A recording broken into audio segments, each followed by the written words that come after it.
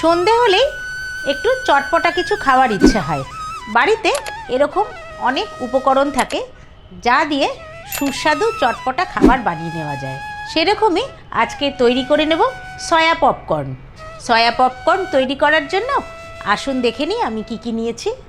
আমি এখানে কিছুটা সয়াবিন ভাপিয়ে নিয়েছি কিছুটা বেসন, নিয়েছি চালের গুঁড়ো, সামান্য কিছু কর্নফ্লাওয়ার, সাথে নিয়েছি নুন, লেবুর রস, আমচুর পাউডার, গুঁড়ো চিনি, রসুন বাটা, চিলি ফ্লেক্স, রসুন কুচি, বিট লবণ, লঙ্কা গুঁড়ো, গরম মশলা গুঁড়ো আর হিং।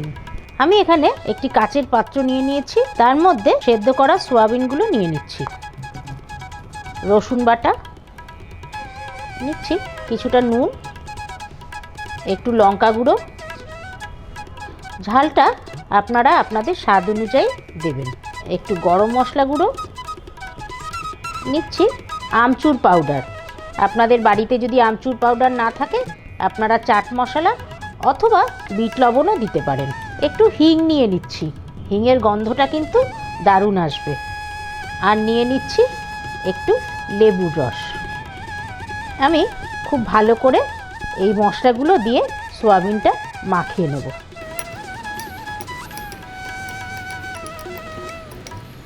নিয়ে নেব 2 চামচ কর্নফ্লাওয়ার,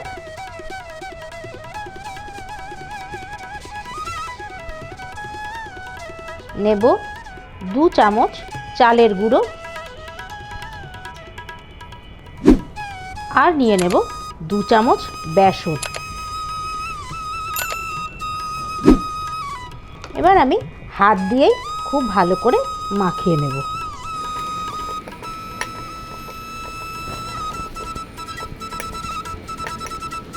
মাখানো হয়ে গেছে, এখন আমি কড়াইতে তেল গরম করে নিচ্ছি।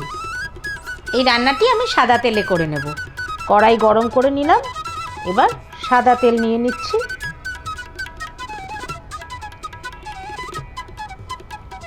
তেল গরম হয়ে গেছে, মেখে রাখা সয়াবিনগুলো দিয়ে দিচ্ছি।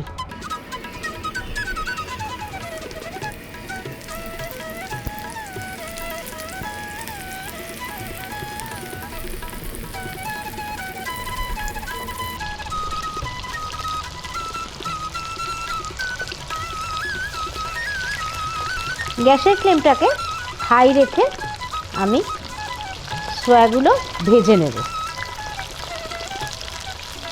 এপিট ওপিট করে নেড়ে চেড়ে সয়াবিনগুলো ডিপ ফ্রাই করে নিচ্ছি।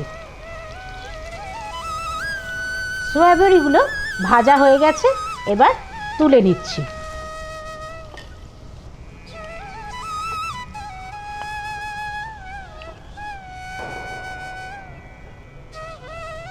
এখন একটা ছোট্ট ফ্রাই প্যান নিয়েছি, তার মধ্যে নিয়ে নিচ্ছি সামান্য সাদা তেল,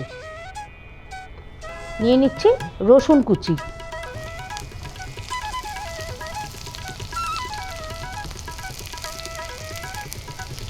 তারপর নিয়ে নিচ্ছি চিলি ফ্লেক্স, গুঁড়ো চিনি, সয়াবড়িগুলো দিয়ে দিচ্ছি। এইবার রসুন কুচি ভাজা, চিলি ফ্লেক্স এবং গুঁড়ো চিনি দিয়ে খুব ভালো করে মিশিয়ে নেব। ওপর থেকে একটু বিট লবণ ছড়িয়ে দেব।